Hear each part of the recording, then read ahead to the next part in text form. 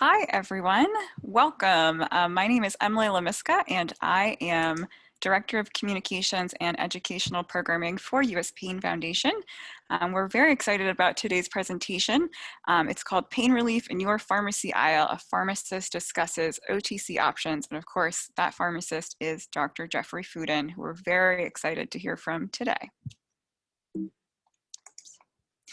So I'm just going to be going through a couple agenda items and some introductions at the beginning here, and then we'll hear from Dr. Fudin, and he's going to give us a little bit of an overview of OTC medications, just to give us a lay of the land and talk about the different types and how they're used, and how to avoid side effects and all that good information.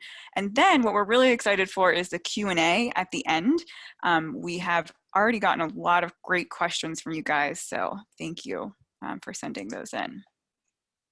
So as you may have noticed, we are on Zoom, but we are in the webinar format, so everyone is on mute and your cameras are off, but you can still engage with one another through the chat. So if you hover over your screen and find the chat icon, that is open. Please be respectful of one another, but feel free to talk about what we're discussing today. If you do have a question and want to type it in, please use the Q&A button. Sometimes questions typed into the chat get lost if there's a lot of conversation going on, so make sure you type those in there. If you're tuning in on Facebook, please say hello in the comments, and if you have questions, just type your question in as a Facebook comment and we will get to those as well. If you have to jump off for any reason, all of our webinars are recorded and we post them to our website within about 2 days. So feel free to refer back to this if you'd like to. Finally, I did want to just quickly read this little disclaimer. Even though we're talking about OTC medications today, we don't endorse or recommend the use of any particular treatment. Information provided in any of our webinars is just for educational purposes and is not a substitute for medical advice. If you have specific questions, always talk to your healthcare provider. As we know, everyone with pain is different. What works for me might not work for you. So make sure that you're talking to your doctor if you have any specific questions or want to know some more detailed information.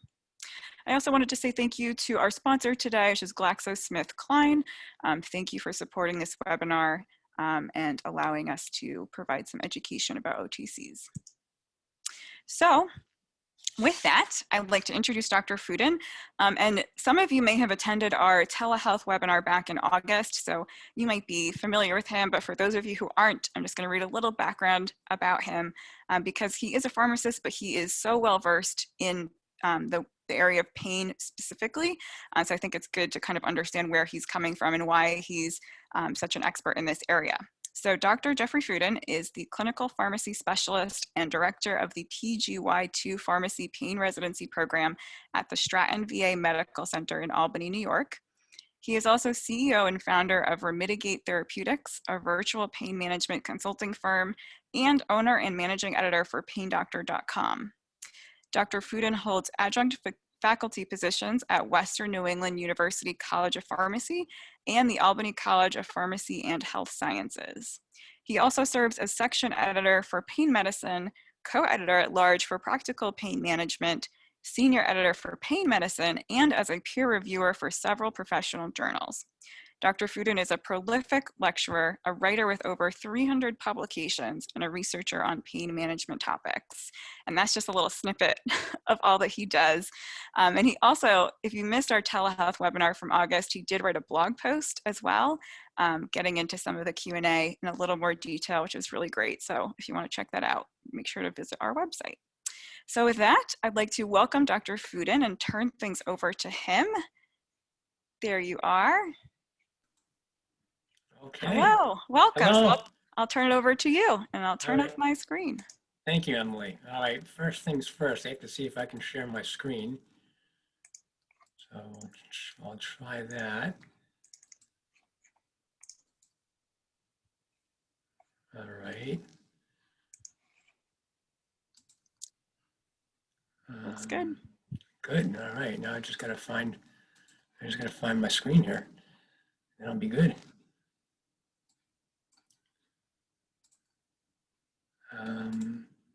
Okay. All right, I think we're good to go. Okay, so I'd like to thank everybody for joining us today. And I've got to tell you, this is going to be a fun lecture for me. And I'm going to explain why in just a minute. And so this slide, pharmacists and pain. So I'm happy to announce that this month is Pain Awareness Month, but it also happens to be Pharmacy Awareness Month, which started on October 1st. Actually, Pain Awareness was last month, and this month is Pharmacy Awareness Month. So I thought it'd be nice kind of to start with, you know, what is your pharmacist? You know, and I think that's really important. And I think that you should all recognize that pharmacists usually like to have discussions with patients. You know, they're behind the counter, they're filling prescriptions, they're getting involved in things like co-pays and issues with insurance. They're on the phone with physicians, nurse practitioners, and PAs all day regarding various hang on just a second. My battery's running low. 1 second. No worries. And guys, I see a lot of great questions being typed into the Q&A already, so thank you for those.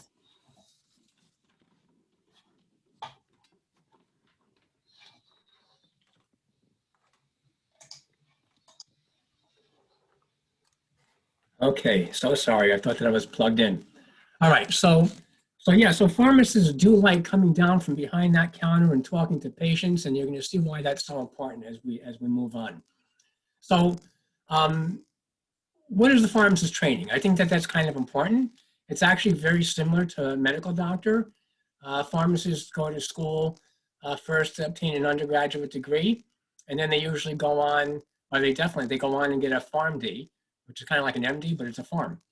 So what does that mean? Well, it means that they specialize in pharmacology, all the pharmaceutical sciences, pharmacology, how drugs work in the body, pharmacokinetics, how the body affects the drugs, how does the body get rid of drugs, pharmacogenetics, and we'll see this on the next slide, basically how people are different, how they metabolize or break down drugs differently. And you know, I feel it's very interesting and important that you speak to your pharmacist just the same way you would to a physician. You should select a pharmacist because they really have extensive expertise. And after they complete their PharmD degree, they often go on and do a residency program similar to medical doctors. So here's the three terms I just mentioned, just to review one more time. Pharmacology is how drugs work in the body. And I'm going to teach you some pharmacology today. Pharmacokinetics is what the body does to the drug. And pharmacokinetics, again, is individual per patient and per population. So not all drugs will work the same in different people for all sorts of reasons. We're going to talk today about various drug interactions. And so there are different kinds. There's drug-drug interactions. And just to give you an example about that, in your liver, there are proteins, which are also known as enzymes. So all enzymes are proteins, but not all proteins are enzymes.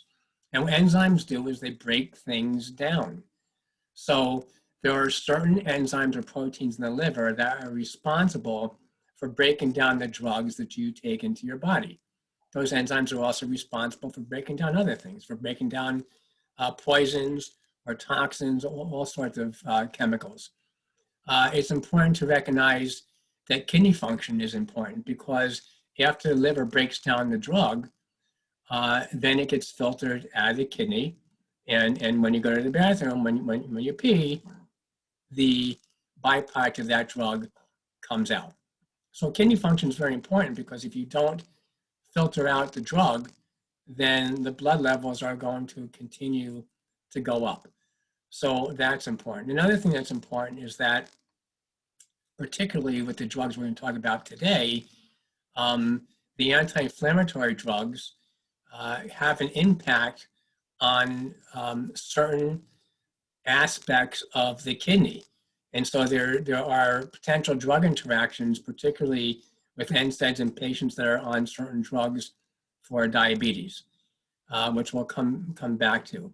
And then there's blood proteins. So not only are there proteins in the liver, but there are proteins that are floating around the blood. And drugs, so think about a drug, right? The drug's floating around and it can do its thing when the drug is not attached to a protein. But drugs attach to proteins in the blood and they circulate around attached to that protein. When a drug is attached to that protein in the blood, it has no activity at all, okay? And why is this important? It's important that because if your protein levels are low in your blood, then you're going to have more free drug floating around, okay? It's also important, again, particularly for anti-inflammatory drugs, they're about 90% bound to protein, which means that at any given time, only 3% of, let's say, ibuprofen, only 3% of ibuprofen is available to work in the body. So if you're poorly nourished and you don't have enough protein floating around, then you have a higher risk of toxicity from that drug. So there's a whole lot going on. And then there's drug-food interactions. There are foods that can affect those enzymes in the liver, and there are foods that can prohibit or prevent absorption from a drug out of the stomach. There are also foods that increase the absorption of drugs from the stomach. So certain drugs have enhanced absorption if they're taken with a fatty meal. Other drugs will not be well absorbed if they're taken with other than an empty stomach. Then there's drug disease issues. All right, so I mentioned diabetes. Well, diabetes in and of itself can decrease kidney function. So that's problematic with the anti-inflammatories because the anti-inflammatories, if the levels are elevated in the kidneys, then it can cause kidney dysfunction. Well, also patients that are on diabetes, for any of you out to have diabetes, I'm guessing that the majority of you are on a group of drugs called ACE inhibitors, like lisinopril, ramipril, and other similar drugs. And those drugs increase the toxicity of anti-inflammatories because they affect blood vessels in the kidneys. Now, this all sounds very complex, I guess. It's actually far more complex than I'm describing. But one of the take-home messages that I'm gonna sort of explain to you is that I feel that if you're going to take over-the-counter medications, it is extremely important not to buy them in a gas station or a store that doesn't have a pharmacist in it. You should always be discussing these drugs with your pharmacist because it's very complex. And the kinds of things that we're covering today, any pharmacist should be able to answer any questions about this. This is not a Jeff Fudin thing, all right? Any licensed pharmacist, we all go through similar training. We all have doctorates these days. And so, you know, a pharmacist that's working in a pharmacy may not have the expertise in pain therapeutics that I have, but this kind of stuff is pretty general stuff. Okay, so what are the areas we're going to cover today? Well, we're going to cover analgesics, both oral and topical, so drugs that we use for pain management. We're going to also cover cough, cold, and flu products, plus a bit of a mention of COVID-19. And the reason for that is that all of these things can have a profound effect on pain. If you're coughing and you have back pain, that's going to be a problem. If you have a cold or a flu, it often comes with aches and pains, skeletal muscle kinds of issues. So that's important. And then we're going to talk a little bit about oral, ophthalmic, and nasal preparations because they may be better for you to avoid certain drug interactions. And then the natural products. So we talk a little bit about turmeric, melatonin, chondroitin, and then kratom and CBD, or cannabidiol. We will discuss Again, the pharmacology, caution, side effects, warnings, and that sort of thing. But I'm going to sort of echo what Emily said earlier. This is not to make any individual recommendations to anybody because everybody's different. And before you take any over-the-counter medications, you should speak to your doctor, your medical provider, and or your pharmacist.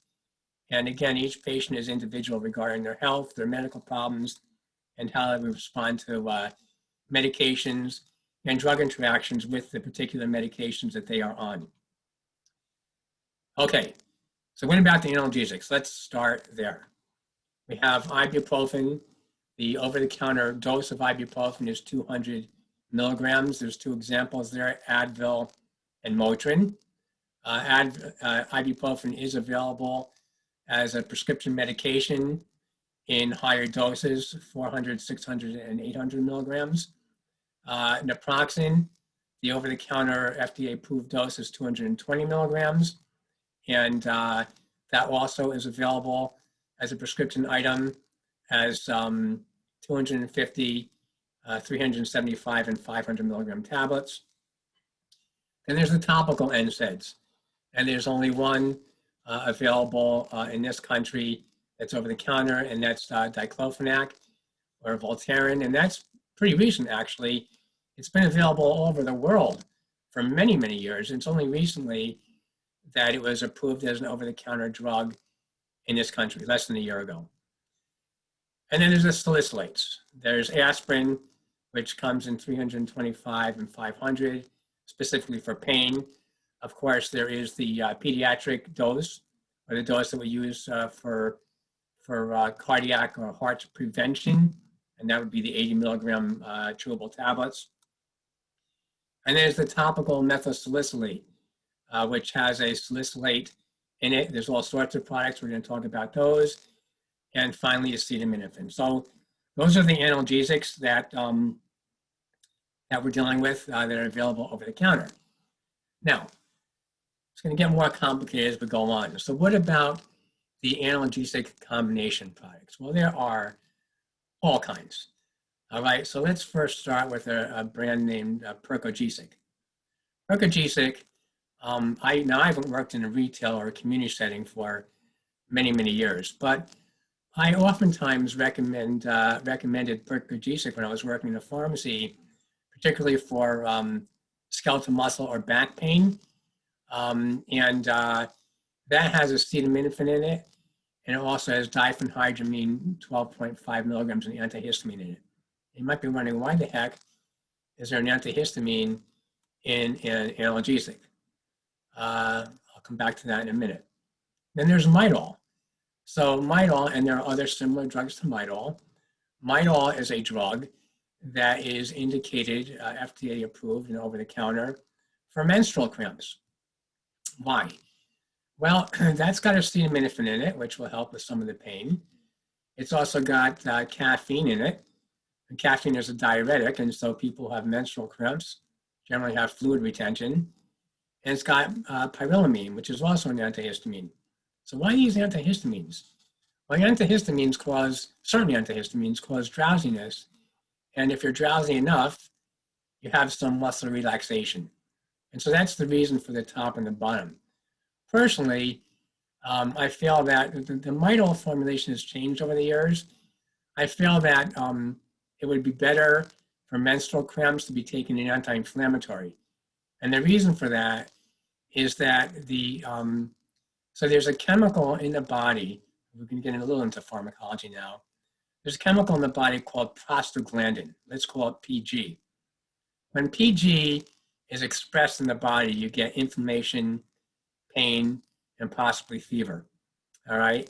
And so the anti-inflammatories, the NSAIDs, block PG, they block prostaglandin. And it's because of that that we get a reduction in pain, inflammation, and fever. Acetaminophen does not affect prostaglandin, and it does work as a pain reliever, but it's not an anti-inflammatory. As it turns out, the uterus is heavily lined with PG, and PG is expressed quite a bit during menstrual cramps. And so to block PG is more important than giving acetaminophen. So if it were me, I've never had menstrual cramps, but if it was me, I probably would take something like Midol, but also take an anti-inflammatory. And it is okay to take acetaminophen together with an anti-inflammatory, generally speaking. So what about migraine? Well, there are only certain drugs that are FDA approved, or FDA, I shouldn't say approved, FDA labeled. They are specifically labeled by the manufacturer to be, excuse me, to be associated with treatment of migraine. All right. Now, it doesn't mean that the ingredients are any different than if they're not labeled for migraine. But there are, again, there are certain drugs that are specifically labeled to treat migraine. One is Advil migraine, and one is Motrin migraine. And there's a third one. Third one is Excedrin migraine. And the reason I have on this slide Godsend or Nightmare is because it becomes quite confusing. First of all, aspirin can be a very, very dangerous drug, very dangerous drug. All right, and so so I think we need to be very, very careful when taking aspirin, because aspirin can cause GI bleed. It can cause it can be involved in kidney dysfunction, but the GI bleed risk is really huge. All right, and so we have to be really, really careful about that. If a person has hemorrhoids, for example, it can make that worse. If you're prone to nosebleeds, it can make that worse. So aspirin, I'll tell you, if aspirin was a new drug today, I highly doubt it would be an over-the-counter medication. I believe that it would require a prescription, because it can be extremely dangerous. All right. So here are the different migraine combinations. There's the and this is the Excedrin migraine combos. So there's the extra strength, which is not labeled as migraine. That's got acetaminophen and aspirin in the tablet, and it's got caffeine in it. So that might not be a bad product to take for menstrual cramps, but the problem is aspirin can make the bleeding worse. The next one is specific to migraine. It's labeled for migraine. Notice that it has the exact same ingredients as extra strength Excedrin, right? Exactly the same ingredients. The tension headache. That's a bit different. It's got twice the amount of acetaminophen in it. It also has caffeine in it, but it has no aspirin in it. And then the PM migraine. So PM, or at night. So that has acetaminophen in it and has aspirin in it. But to note, that highlight there has diphenhydramine in it. And we're going to come back to diphenhydramine, but most of you probably know diphenhydramine as Benadryl. So it is a sedating antihistamine. And the truth is that not all, but almost all over-the-counter sleep agents have diphenhydramine in them. And in most countries, diphenhydramine requires a prescription. You cannot buy it over the counter.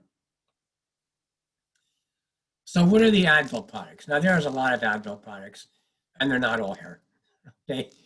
So IBU stands for ibuprofen, and APAP, which you're going to see, and you may see on your prescription sometimes, is an acronym for acetaminophen.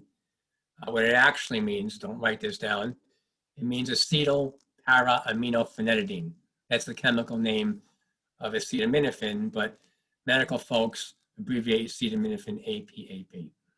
So you can see the tablets are 200 milligrams, the Advil liquid gels are 200 milligrams, the Advil liquid gel minis, which are just smaller than the gels, 200 milligrams. They all have the same exact ingredient and strength in them. Then there's the Advil dual action, which is acetaminophen 250 and ibuprofen 125. The dose there is 2 tablets 3 times a day.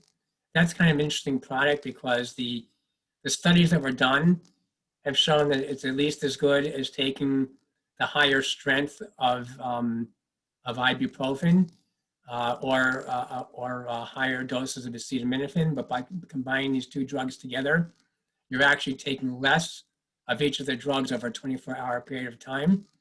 So you're probably reducing toxicity and increasing what we call efficacy, or the ability of these drugs to work. I oftentimes, I may do this with my children and now with my grandchildren, if they have a very high fever that can't be treated with one medication, I oftentimes tell my kids, yeah, give them a small dose of acetaminophen and ibuprofen together. Advil Easy Open, so that's the same exact strength as the top three, but it doesn't have a child-resistant top for people who have a hard time opening bottles. Advil Migraine. So the only difference with Advil Migraine, it's also 200 milligrams of ibuprofen, but it's solubilized ibuprofen, so it's absorbed very, very rapidly. And because of that, it treats a headache more quickly than, let's say, a 200 milligram standard tablet. Then there's the oral suspension for children, which is available. And also, FYI, there's an oral suspension infant drop, which is 1/4 of the strength, or 25% of what you see there. So it's 50 milligrams per 1.25 mils, and it's administered with a dropper. Now, how about Motrin brand? Well, they're available as chewables for children, 100 milligram chewable tablet. The liquid gels. So you can see that, it's kind of similar here. The suspension is the same strength. I include the infant Motrin here, which is what I just told you, 50 milligrams per 1.25 mils. And there's the Aleve products. So Aleve is an anti-inflammatory as well. It blocks that PG, so treats pain, inflammation, and fever. And sometimes people say to me, how does the body know? How does the tablet know where to go? Like, how does the tablet know if I have a headache or I stubbed my toe and I'm using it for my toe? It doesn't really matter where the pain is. All of the prostaglandins get blocked, okay? And as it turns out, although there's prostaglandins that block pain, or they're responsible for pain, inflammation, and fever, they're not all prostaglandins are created equal. So there are some prostaglandins that are in the stomach and the entire GI tract. And those prostaglandins are protective prostaglandins. And those prostaglandins are also responsible for making platelets, activating platelets, which are, of course, involved in clotting. So when you take any of these drugs, whether it's Aleve or Advil or Motrin, you are blocking prostaglandins all over the body. It doesn't really matter where the prostaglandins are. If you stub your toe and you have a backache and you also have a headache, prostaglandins are in part responsible for the inflammation and pain with all those things. So if you take an ibuprofen or an naproxen or whatever you're taking, it's going to help the headache, it's going to help the back pain, and it's going to help the stub toe. And so it doesn't go to a specific place. It blocks all the prostaglandins. The downside is it also blocks the prostaglandins in the gut that are responsible for protecting the gut and preventing bleeding. So if you take an anti-inflammatory, you have an increased risk of bleed because of that. And you also have an increased risk of gastric ulcer if you're taking these drugs for an extended period of time. So again, all the prostaglandins get blocked, the good ones and the bad ones. Now there are some prescription drugs that are what we call them COX-2 specific, so I don't want to get into the chemistry, but they only block certain prostaglandins and not others. So they're a little bit better on the bleeding for sure. So if you look at the Aleve products, again, very similar, different kinds of, the gel caps, caplets, the tablets, all the same strength. These are available, and approximately available over the counter in, I think I told you earlier, in 250, 375, and 500 milligram tablets. The Aleve back and muscle pain is, that's what the product is called, but it's the same as above. You got the liquid gels, all very similar. Then we got Aleve D, sinus and cold, and that's got naproxen in it, but it also has pseudoephedrine in it. That's a pretty big dose. So pseudoephedrine is the generic name for a drug you may be familiar with called Sudafed.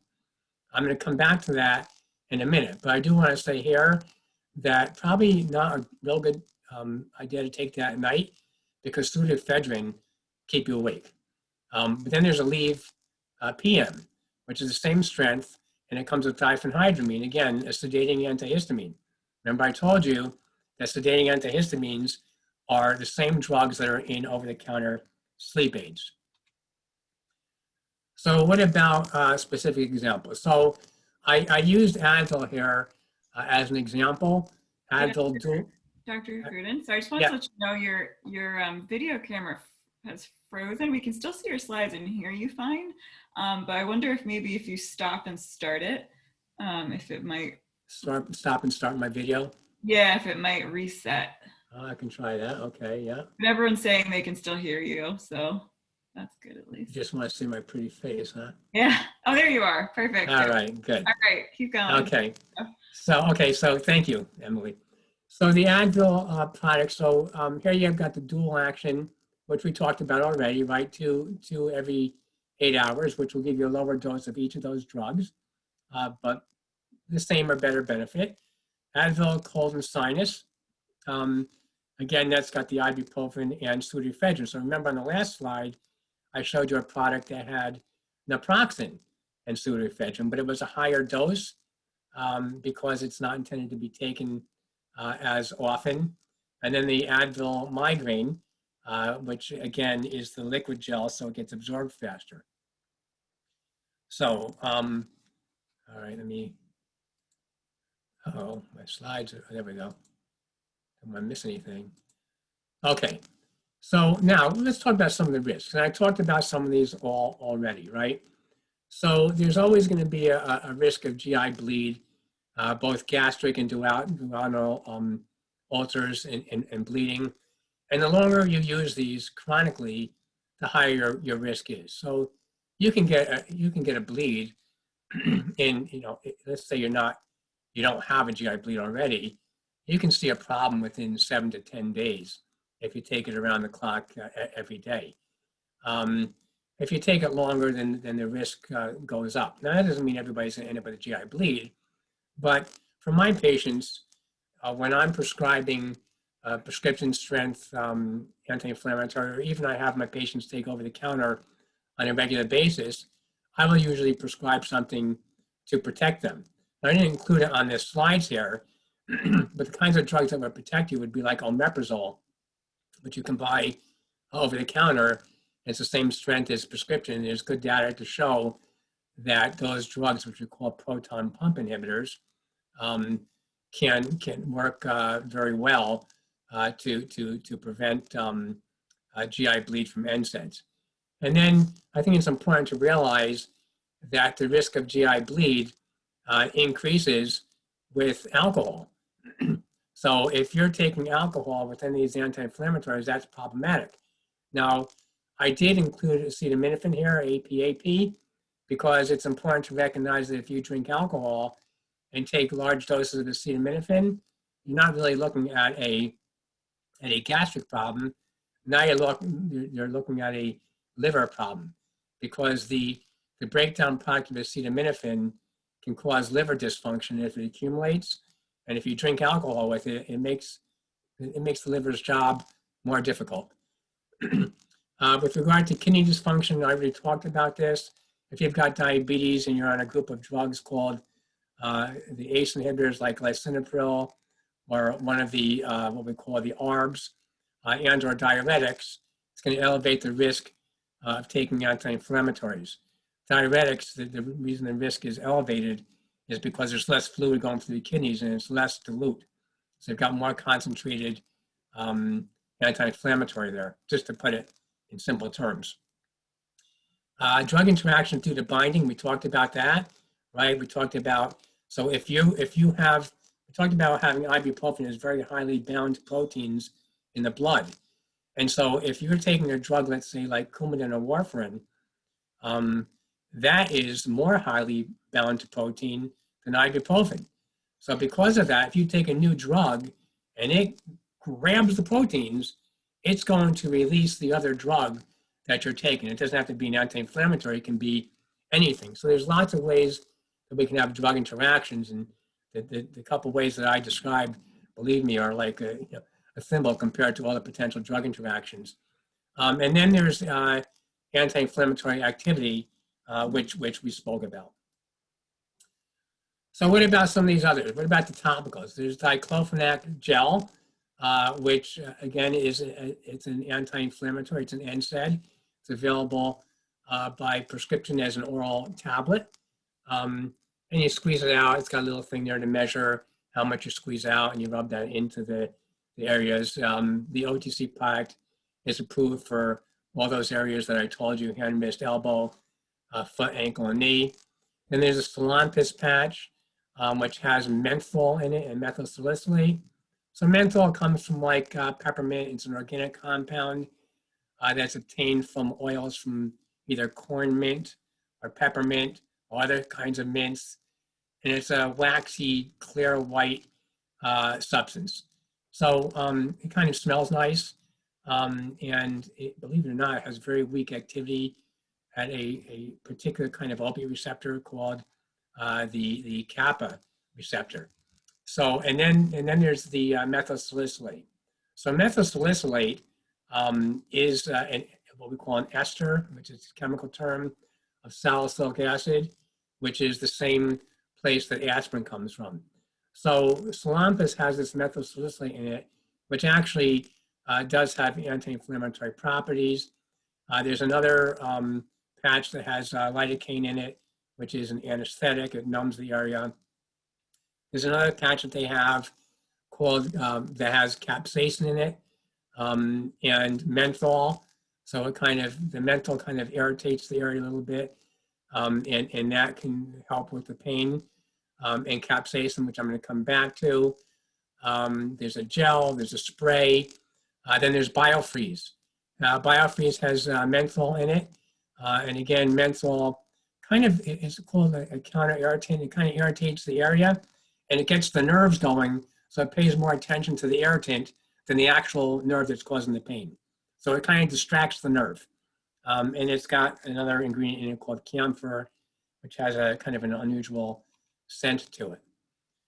Then there's these. So these are products that have capsaicin in them, and these are specifically used for nerve pain. And there's a whole bunch of different products listed there for you. It's available also in higher strengths by prescription. The highest strength available by prescription is a drug called Cutenza, and it has to be administered in a physician's office, and it's a patch. And that's 8%, and that will last up to 90 days, actually. But there's a caveat with that. And I'm going to come back to that in just a bit. I think, I don't know where that slide went.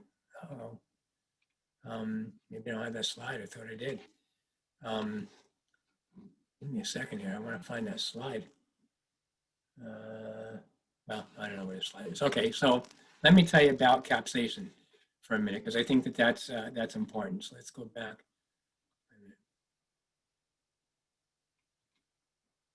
Oh, I do have it. Okay, good. So I'm going to come back. All right.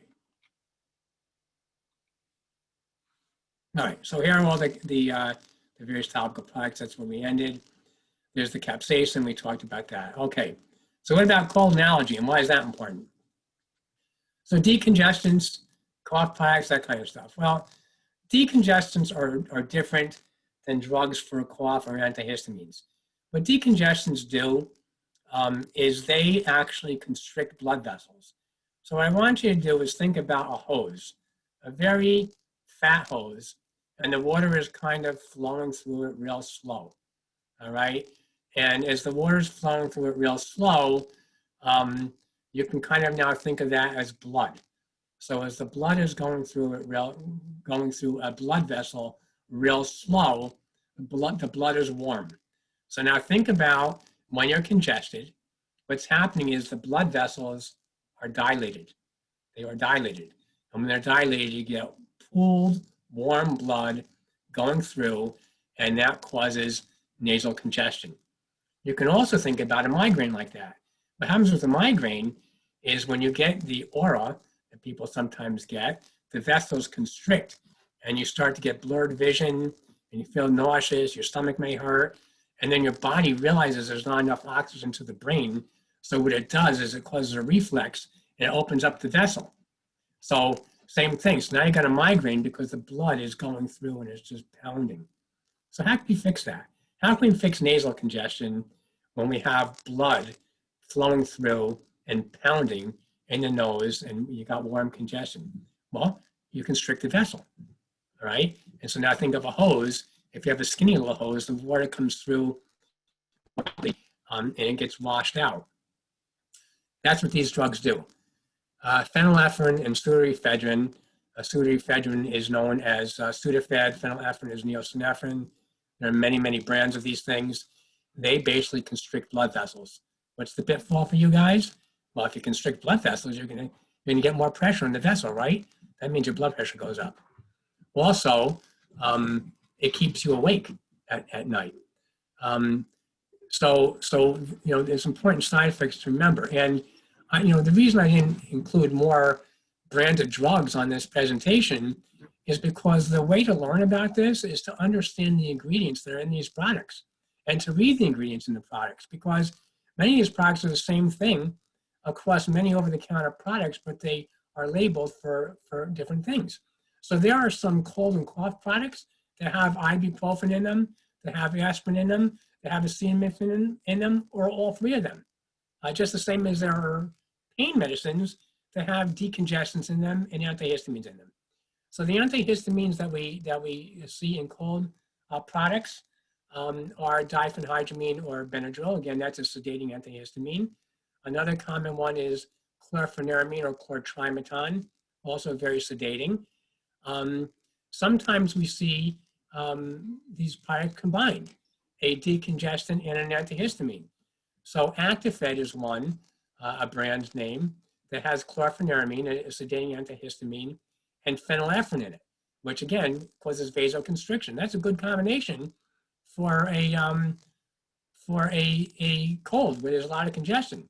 It also will work for allergies quite well because the chlorpheniramine, or even if it was diphenhydramine, that chlorpheniramine and diphenhydramine don't work for a cold because a cold is not due to histamine. Allergies are due to histamine. But diphenhydramine and chlorpheniramine have two important side effects. One is drowsiness, and one is drying up mucus secretions, which is separate from its ability to block histamine, which is released during allergies. So the sedating antihistamines can help for a cold or flu symptoms if you've got a runny nose, because it will dry that up.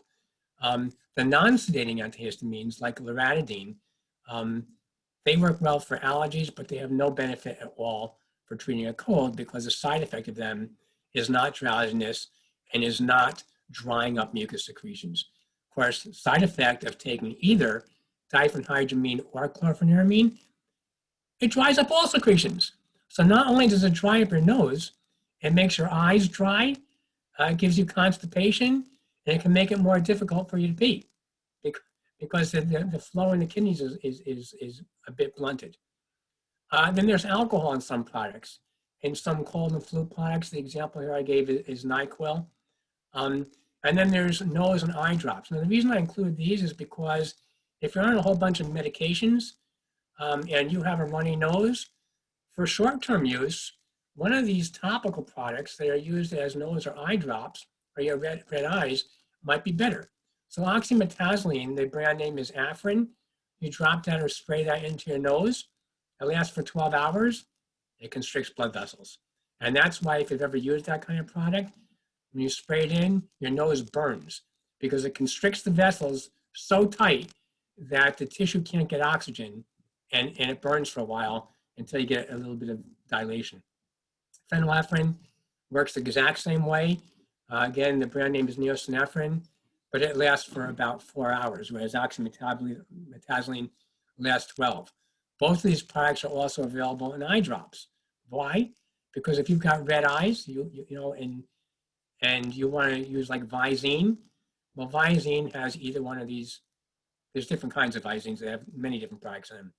But the ones for red eyes usually have these products in them because, again, they constrict blood vessels. And when they constrict blood vessels, all of a sudden the redness in your eyes go away, right? The redness in your eyes is because the vessels are dilated.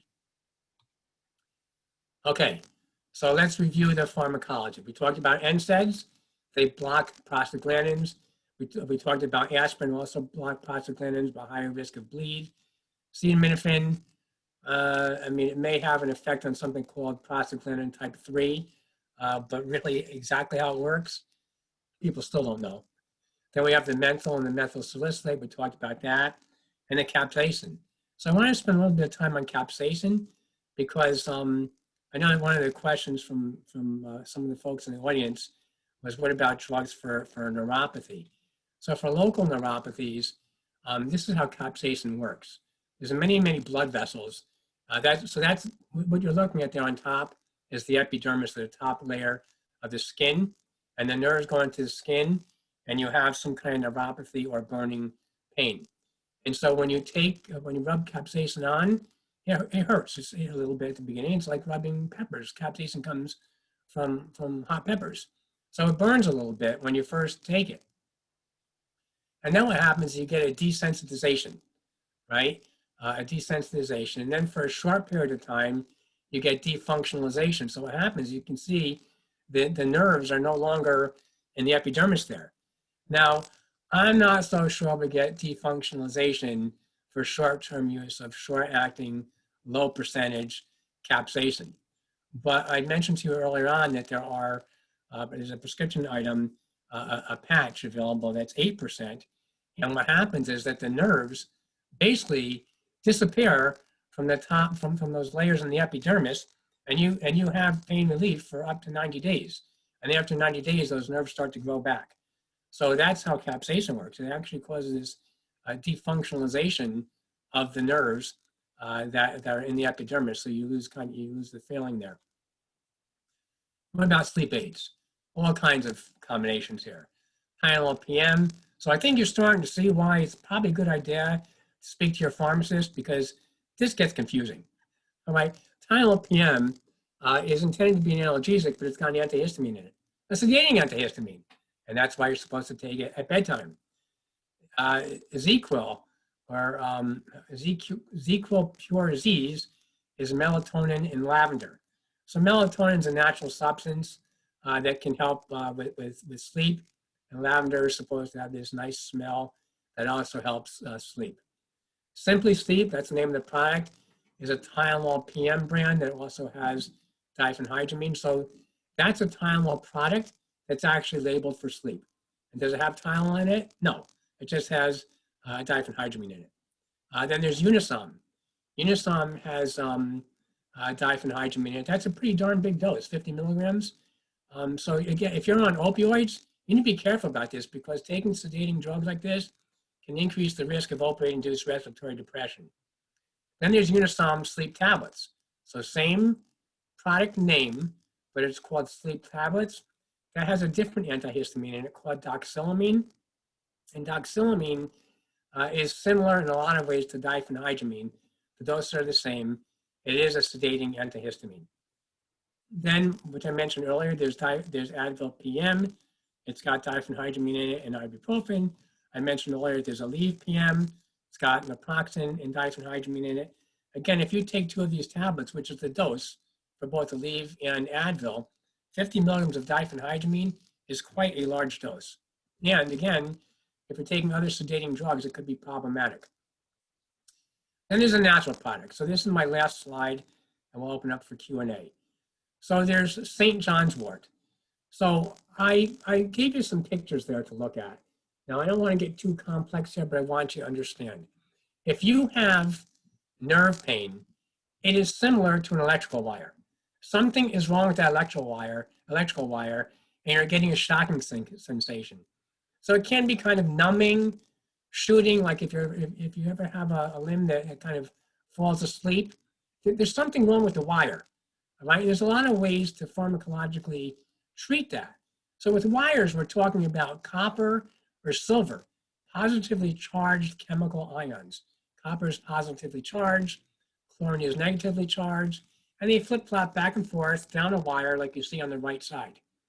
But in the body, the nerves are different. They're not fixed. They're not wires, but they act like that. And there's these things called neural means that, when present, that when they jump from that bottom yellow, what we call a synaptic cleft, when they jump from that to the one on top, that's the nerve transmission. That's what we see in electrical wire with copper and chlorine and sodium and all these other chemicals. But the chemicals in the body are serotonin, norepinephrine, and dopamine. And they're labeled there for you. And so you've all heard the term probably SSRI. So these chemicals cannot stay in that space forever. If they do, you become very, very toxic. But some people are deficient in some of those, what we call neural means, norepinephrine, serotonin, or dopamine. So SSRI is specific serotonin reuptake inhibitor. These chemicals get reuptaked back into one of these yellow portions where they're either stored or destroyed. This is what happens in your body. So there's checks and balances. You basically push serotonin out into that space, and then it combines on the other nerve. But if there's too much serotonin, your body takes the serotonin back and reuptakes it. SSRI, specific serotonin reuptake inhibitor. The neural means that are most important to treat neuropathic pain is norepinephrine. It is not serotonin, and it is not dopamine. Why am I telling you all this? Because St. John's wort, which is an over-the-counter drug, blocks the reuptake of norepinephrine, serotonin, and dopamine. Net fact, it increases norepinephrine, serotonin, and dopamine in the nerves. And it can be used not only for depression, because that's how antidepressants work, but it also can be used for pain. Chondroitin is a naturally occurring substance in the body. It's available as a natural product, and it can reduce the activity of certain proteins or enzymes that break down the cartilage in your joints. It takes about 7 weeks to start working, so you need to be real good about taking it on a chronic basis. So chondroitin sulfate. Turmeric is a drug that blocks those PGs, the prostaglandins I told you about, and other chemicals that cause inflammation. They're called interleukins, but turmeric actually does have anti-inflammatory properties and can help considerably, but you have to take it for several weeks until it starts working. And then lastly, kratom and CBD. So kratom is not legal in some states. In other states, it's legal in certain counties, but not other counties. In some states, it's not legal at all. So at low doses, kratom blocks reuptake of serotonin, norepinephrine, and dopamine. When you enhance these chemicals, they're good for depression. That's how antidepressants work. It can give you energy for certain, and it can help pain. So in some ways, St. John's wort and kratom are similar. But here's the thing. As the kratom dose goes up, it starts to have opiate activity. Weak opiate activity, but it does have opiate activity. Both St. John's wort and kratom block enzymes in the liver that are responsible for breaking down many common drugs. So if you take either St. John's wort or kratom, it could be that will affect some of the other medications that you're taking. Now, it's also important to recognize that if you're on medications on a regular basis and you stop one and there was a drug interaction, it could be that whatever drug you were on was keeping your levels good of another drug that you were taking. And then when you stop the other drug, it could raise or lower the blood levels of another drug that you're taking. So it's not only dangerous to start medications if you don't check for drug interactions, it's also dangerous to stop medications if you don't check for drug interactions.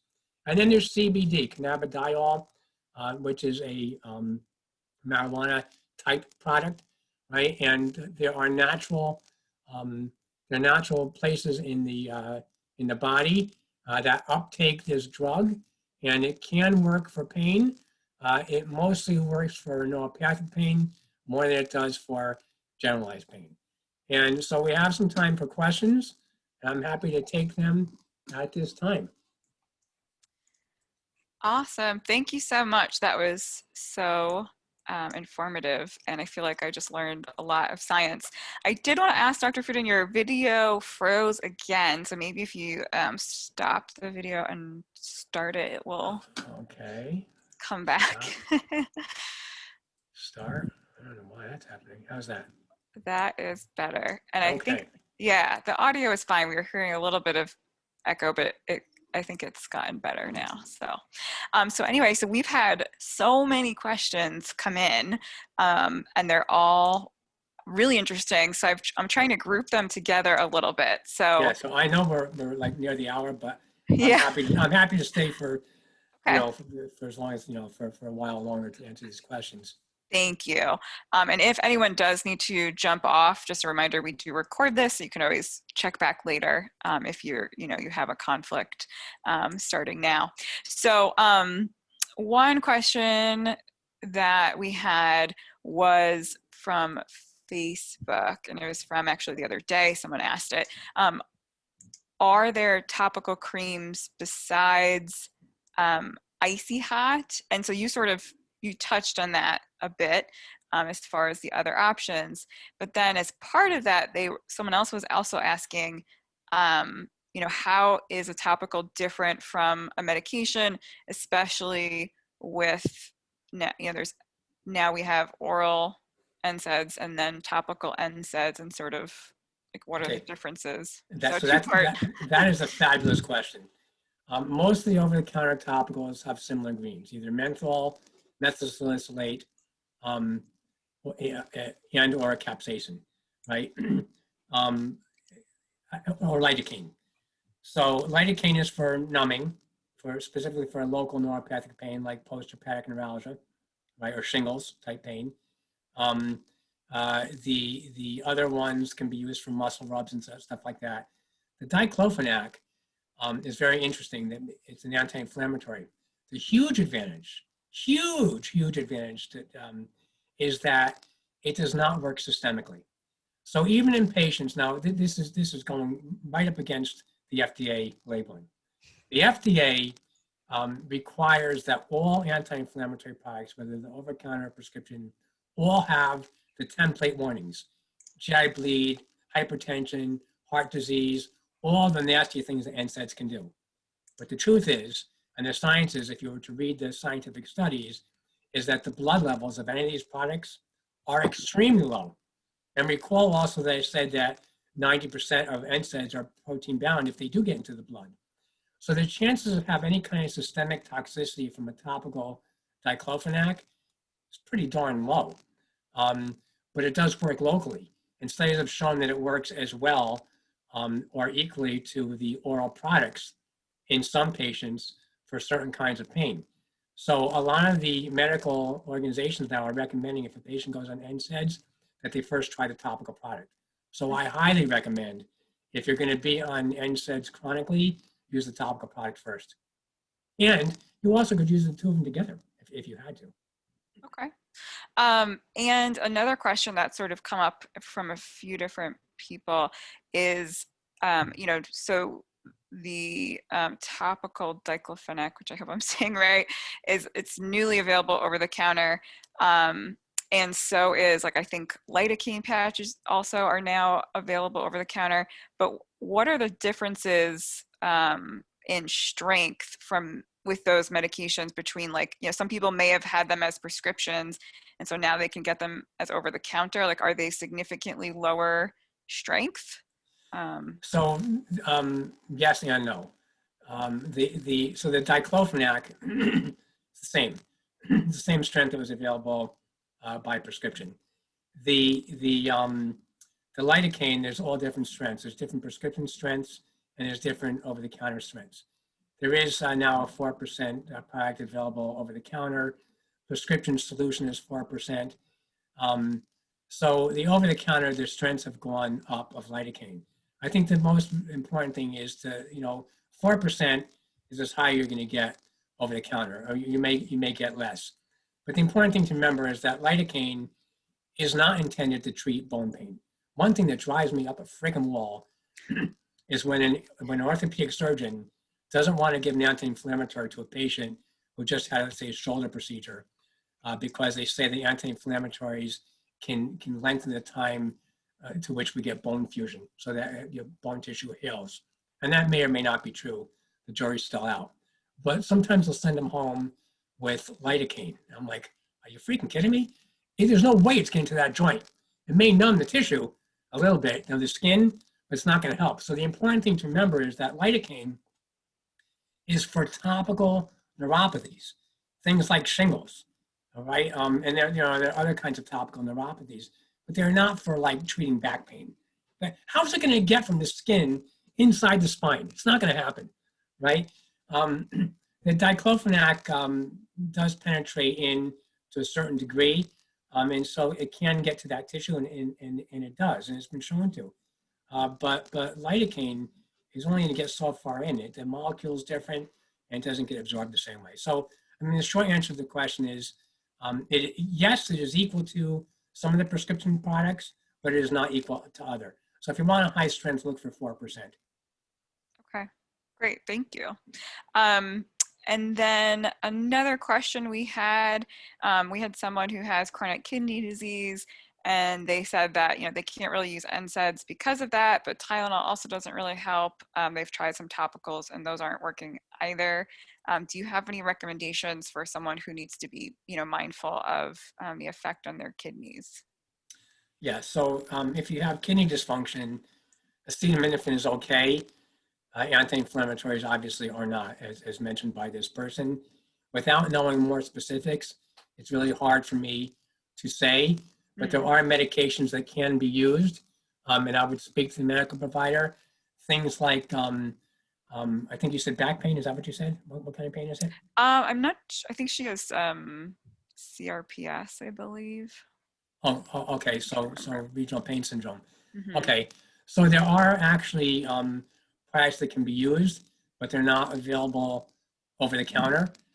There's been some work on something that's used orally for blood pressure called clonidine, and it's not available yet as a prescription drug. Hopefully it'll be out soon. I've actually ordered a compounded cream in pharmacies and had pharmacists compound clonidine into a topical product. So for chronic regional pain syndrome, it is possible to use something like that. It's also, you can use things like duloxetine. That could be helpful. Gabapentin, pregabalin. So there are a lot of drugs, but they're not prescription items. I mean, they're not over the counter. You have to get them by prescription. Okay.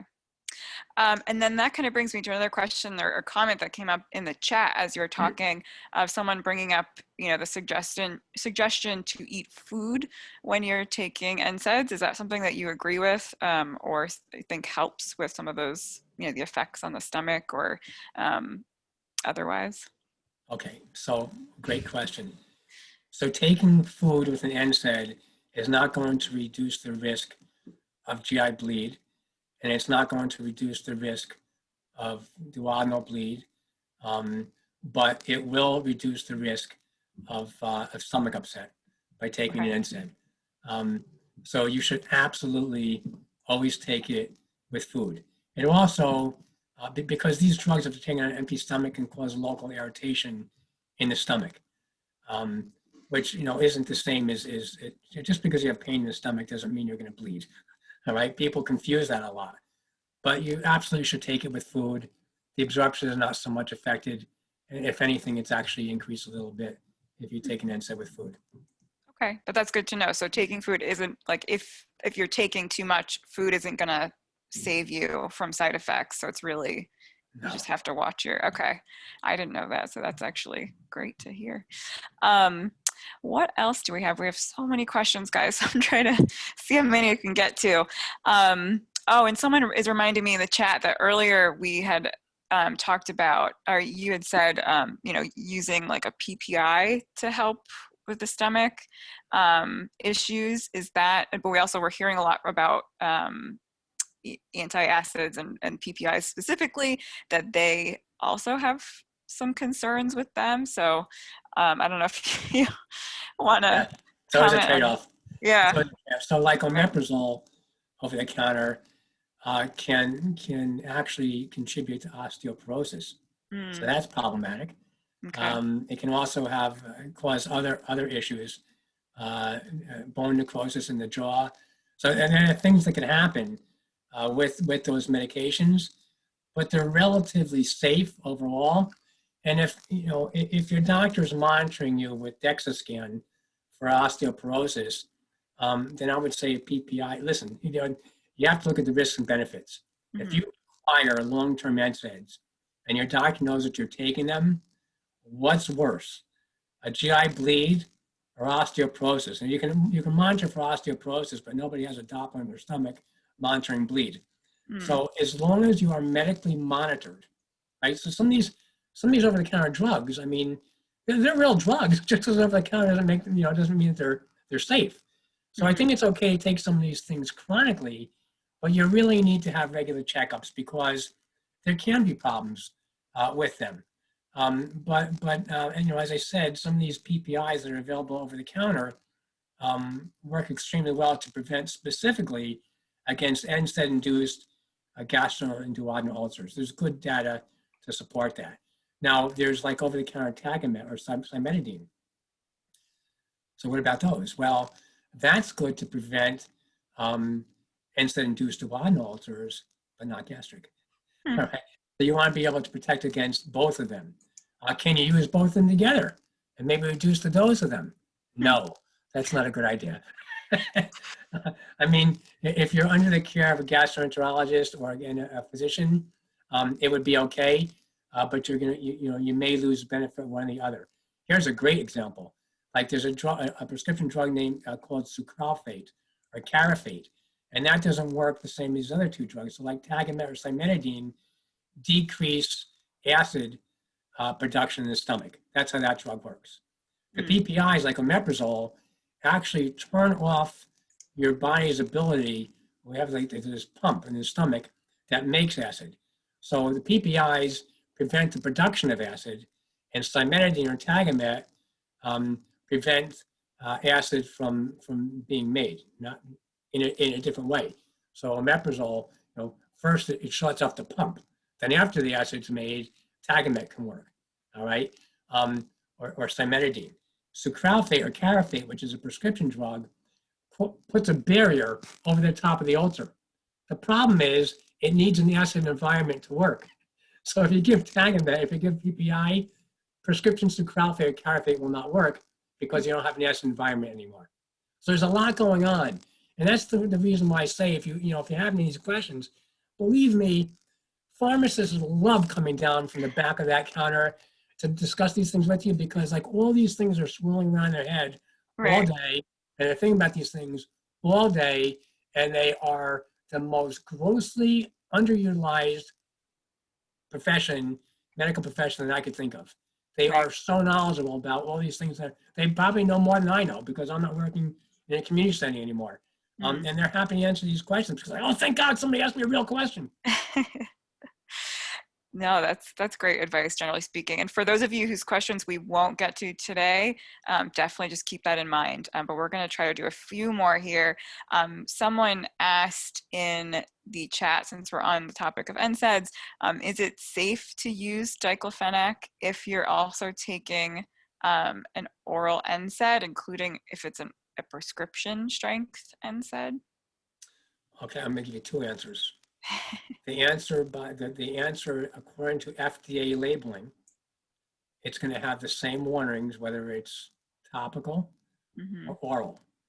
And no company that manufactures either one of those drugs is going to tell you that that's okay. So what is Jeff Fudin going to tell you? I'm going to tell you that topical anti-inflammatory, the amount that's absorbed is very, very low. So if I have the choice of a patient, let's say I've got a patient taking 400 milligrams of ibuprofen 4 times a day, and it's not quite working for them, and they're like, can I take a third tablet? The label says on the over-the-counter drug, the maximum daily dose is 400 milligrams 4 times a day. But I know it's available as a 600 milligram tablet by prescription. Dr. Fuden, can I take 3 tablets instead? That's a case I'd say, you know what? instead of increasing the toxicity by going to the prescription strength ibuprofen, why don't we add topical diclofenac? It seems like a much more reasonable thing to do than by increasing the strength of the oral product. But again, I want to qualify this. No manufacturer is going to support this. They can't because of regulation, because they haven't done the studies, and because the FDA says so. And I'm okay with that. Look, I don't mean to minimize the side effects of any of these drugs. My God, it's the last thing I want to do. But as a provider, I oftentimes have patients on the topical product and taking an oral NSAID as well. But again, I think it's good, if you need that kind of medication on a regular basis, you really need to be able to see a medical provider on a regular basis, because the pharmacist can give you the advice, but unfortunately, we're not in an environment now, maybe it'll change in the future, where the pharmacist has access to your medical records. Like a lot of people say, I don't want my pharmacist to know. Well, it would be helpful for you if the pharmacist filling your prescription knew what your kidney function is, knew what your liver function was, and knew all these things. Would be extremely helpful. They'd be able to answer some of these questions. Awesome. Thank you. So we're going to get to just like 2 more questions. I know we're approaching like 15 minutes overtime here. But something that was brought up on Facebook and in Zoom was people wanting to hear more about just quickly the downsides to Benadryl, and also someone bringing up, why is it that for some reason doctors don't really talk about the possibility of liver toxicity with acetaminophen. So sort of the risks and side effects with those 2 in particular seemed interesting to people.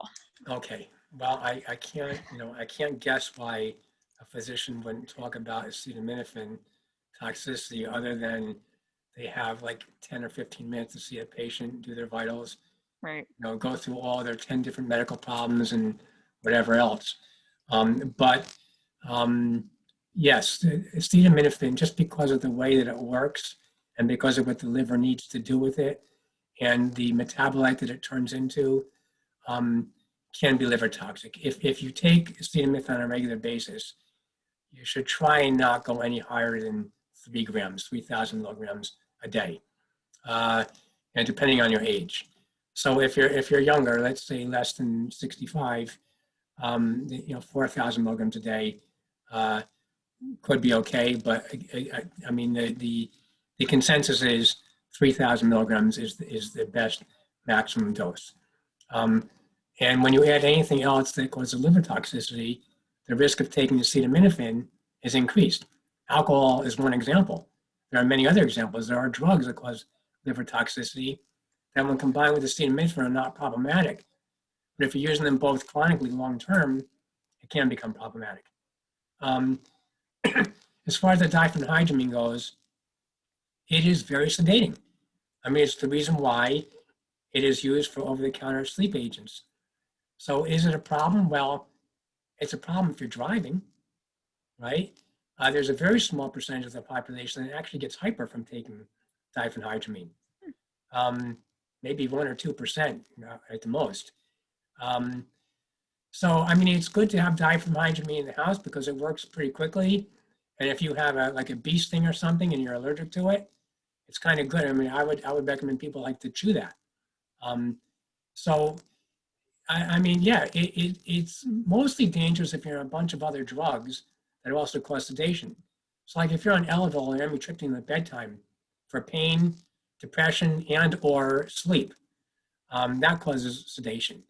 These drugs cause sedation, not all of them, but a lot of drugs cause sedation because they block part of your nervous system known as the cholinergic nervous system.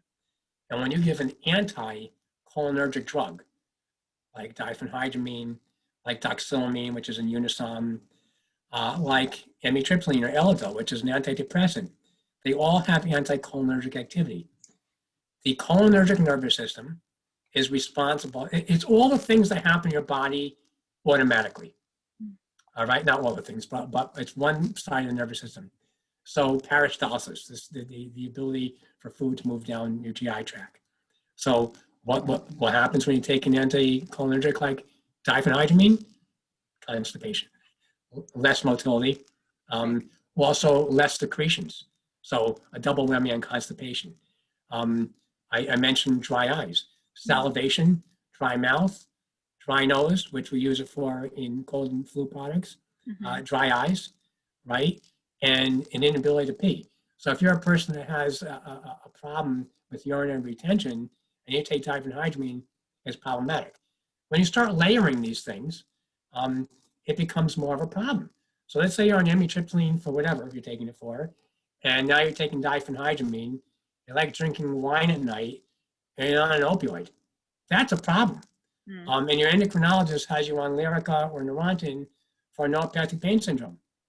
That's one of the reasons that providers get squeamish about prescribing opioids is because you can have the most honest patient in the world that really needs the opioids, but unless you follow them out the door, you have no freaking idea what's going on. They could be seeing an endocrinologist and getting Lyrica, you don't know anything about it, and then the person develops an upper respiratory tract infection, and they want a grapefruit diet. And the grapefruit diet inhibits oxycodone from being metabolized. So levels go up. Now you're drinking alcohol. You got a cold now, and you're having difficulty breathing. And you go out and buy Benylin cough syrup with a diphenhydramine. So yeah, it can be a problem. It can be a big problem. And again, I can't stress enough how important it is. If you're going to take an over-the-counter product, you really should speak to a pharmacist. I mean, that's what they do. Yeah. No, I think I think we've run out of time for questions. Oh, there's so many, so I'm thinking that we should definitely do something else on OTC information and safety. So to those of you who we didn't get to, I'm very sorry, but definitely I've made note of all your questions, and so we might try to use those in either a future webinar or a future blog post or something along those lines. But I think the overall message here is that it's complicated. There's a lot of factors that go into selecting an OTC, but there also are a lot of options. So make sure you're reading the labels carefully, talking to your pharmacist. It's great to have that relationship and kind of establish that, and make sure you're talking to your provider and letting them know, especially if you go on a grapefruit diet, or they need to know all that's going on. But I wanted to say thank you so much for spending so much time with us and for such an interesting presentation. I feel like I learned some science today, which is fun for me. But yeah, thank you so much. And I just, again, want to thank our sponsor, GSK. We really appreciate your supporting today. And for anyone who wants to attend another event, always just check out uspainfoundation.org/webinars. We're going to be doing something on spinal cord stimulators at the end of this month. So we're really trying to cover all the areas. But again, it's always a pleasure, Dr. Fudin. So thank you so much. We appreciate your time, and thanks everybody for joining us. Have a good rest of your day. Bye.